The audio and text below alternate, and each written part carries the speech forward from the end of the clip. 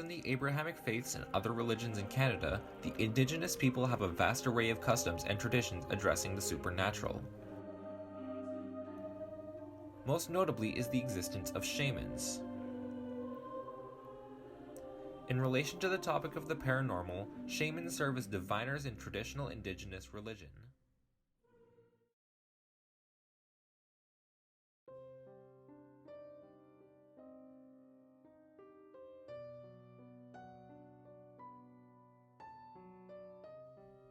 We headed over to a residential dwelling in the Okanagan.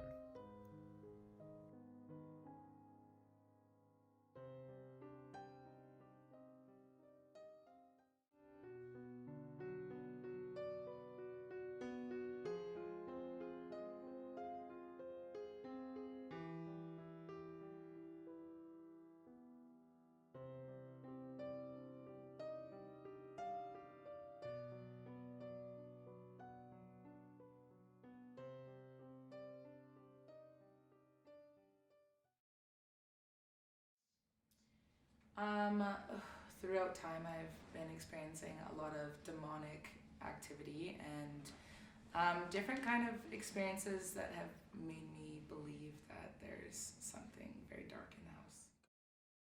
One day I was sitting on my bed and I was looking over at my clothes rack, and the clothes hangers were sitting on it, of course, empty clothes hangers. And I saw them swaying back and forth, all of them at the exact same time. And I was like, okay, I kind of noticed that. I was like, it's nothing. And then I look back at it and I see that there's a vent over it. So I'm like, okay, that's why. It's just kind of swaying back and forth. But then I go to look at it again because I kind of had a feeling, and all of the coat hangers literally turn and move to the opposite side of the ward, like the hanging clothes rack, and one of the coat hangers stay there. So obviously I can tell that that's not normal for everything to literally slide over and one thing stay there. So that's one of the experiences that I've dealt with. I couldn't tell if I was sleeping or not, so I couldn't tell if I was awake or if I was asleep at the time. And so in my head, I'm having a house party, so I do think that I'm awake. And I'm having a house party literally where we're sitting, basically. And my friend is standing at the door. I tell her, I say, stand at the door, let people in, greet them. I'm just gonna go downstairs for a second. I'll be right back up. And then, I'm just grabbing things basically. So as soon as I start walking down those stairs, I just all of a sudden am waking up in the bedroom and I'm picking myself up off of the floor. And it was really confusing because all of a sudden I'm awake having a house party, but then I'm all of a sudden waking myself up off the floor, and I'm picking myself, and it's just pure pavement that's down there, right? And I'm picking myself up, and for some reason I can tell there's nothing in the room. I went to go turn on the lights, and the lights weren't turning on, and I was calling for Taylor's name, and I didn't hear her, and then I started walking around to go up the stairs to come back up here. And I heard something calling my name, and I felt as if it was Taylor, but it wasn't her. I could tell it wasn't Taylor. I could tell it wasn't Taylor's energy, or her voice, but it was making me believe that it was her. So yeah, and so I started walking up here because I was like, Taylor, like, where are you? I don't understand. I'm having a house party. Like, what's happening? And so I'm walking up these stairs, and then I hear her calling my name basically, but I know it's not her. How do you know it's not her? Because I could see it. I could see it after. And then, so when I started seeing it, I saw the figure of the entire body, and I could tell it was just this huge man, that it was just a shadow of it though. But I couldn't see a face, I couldn't see nothing. It was just absolute darkness and just the outline of it. And so I could tell that it wasn't Taylor, because Taylor's a very small, like, petite, like, blonde-haired girl. And so this energy was just dark and evil and was trying to convince me otherwise that that's what it was. For the first time that I really realized that I know that it's not Taylor is because I turn around and I see it at the front door, and then I notice that it's standing there, and I know that it's not Taylor, but I'm still in such belief that it is her, because it's making me, like, it's feeding me almost her energy, or trying to convince me otherwise. bizarre. And so I am believing it, and I don't know why. And so I'm walking up to it, and it's literally standing at the door, right on the outside of the house, though, like right at the front door. And I go to touch it because I'm like, Taylor, I don't understand. And I go to touch it, and then the door closes, the door slams closed, and my body flies all the way from the door all the way up there into that corner. And I have pressure on my chest. I can literally feel, like, as I was sleeping, I could feel the pressure on my chest. And I could feel like that he was the reason why I was up there. Was it like a shape-shifting? It didn't look like it even. It just, because it convinced my mind so well that it was her energy. So I believed that it was her. But then soon as I went to touch it, it just didn't let me touch it. It slammed the door and then shot my body up there. How long have you been living in this house? 7 to 9 years probably. Okay. And with your awareness of the dark energies in this house, what keeps you staying here?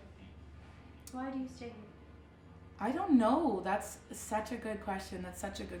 Because I have a lot of memories in this house, a lot. So I feel like that may be a contributing factor, but I'm not too sure. Do you think the dark energies keep you here to keep others not here? Maybe. Are the dark energies communicating with you? Do you notice any body sensations when they're present? Yes, yeah, So what do you notice? definitely. I can tell, like, even when it's pitch quiet, like even when you were sitting there earlier and you were reading, you were just trying to feel. It's weird because it's like it's pitch quiet, but to me it's like there's so much noise, like there's so much like energy, almost like volume, that there's like something going on basically. So do you have a capacity to perceive entities? I feel like I do, but I feel like I'm almost nervous too, because I feel like I could, and I almost know that I could, but I feel like it would be so powerful that I would really have to be like on my feet, because What's it? as in like all like spirits, like everything like that, because I know for a fact that like just the feeling that you get when you know that they're present is so intense. That's really interesting. So how about we do a reading on your house right now? Definitely. Okay.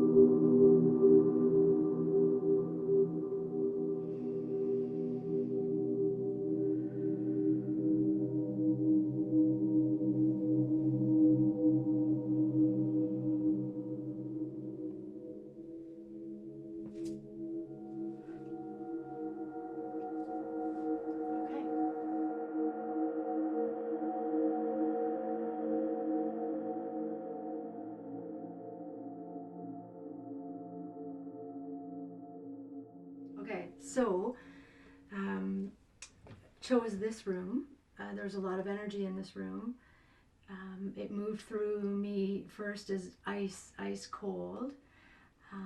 Then when I connected with the energy with the man that hung himself below this room, there was a lot of grief and a lot of sorrow, and then it was a lot of regret. So regret in his life and regret for ending his life, and asking for forgiveness. So asking others to forgive him for what he's done, but also forgiving himself. So he's been hanging around, asking and waiting for forgiveness to be delivered before he can be released.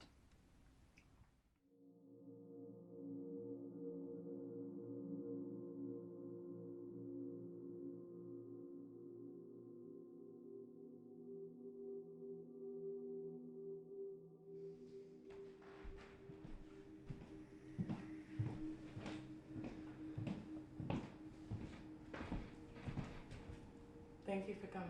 You're welcome. Let me know how it changes.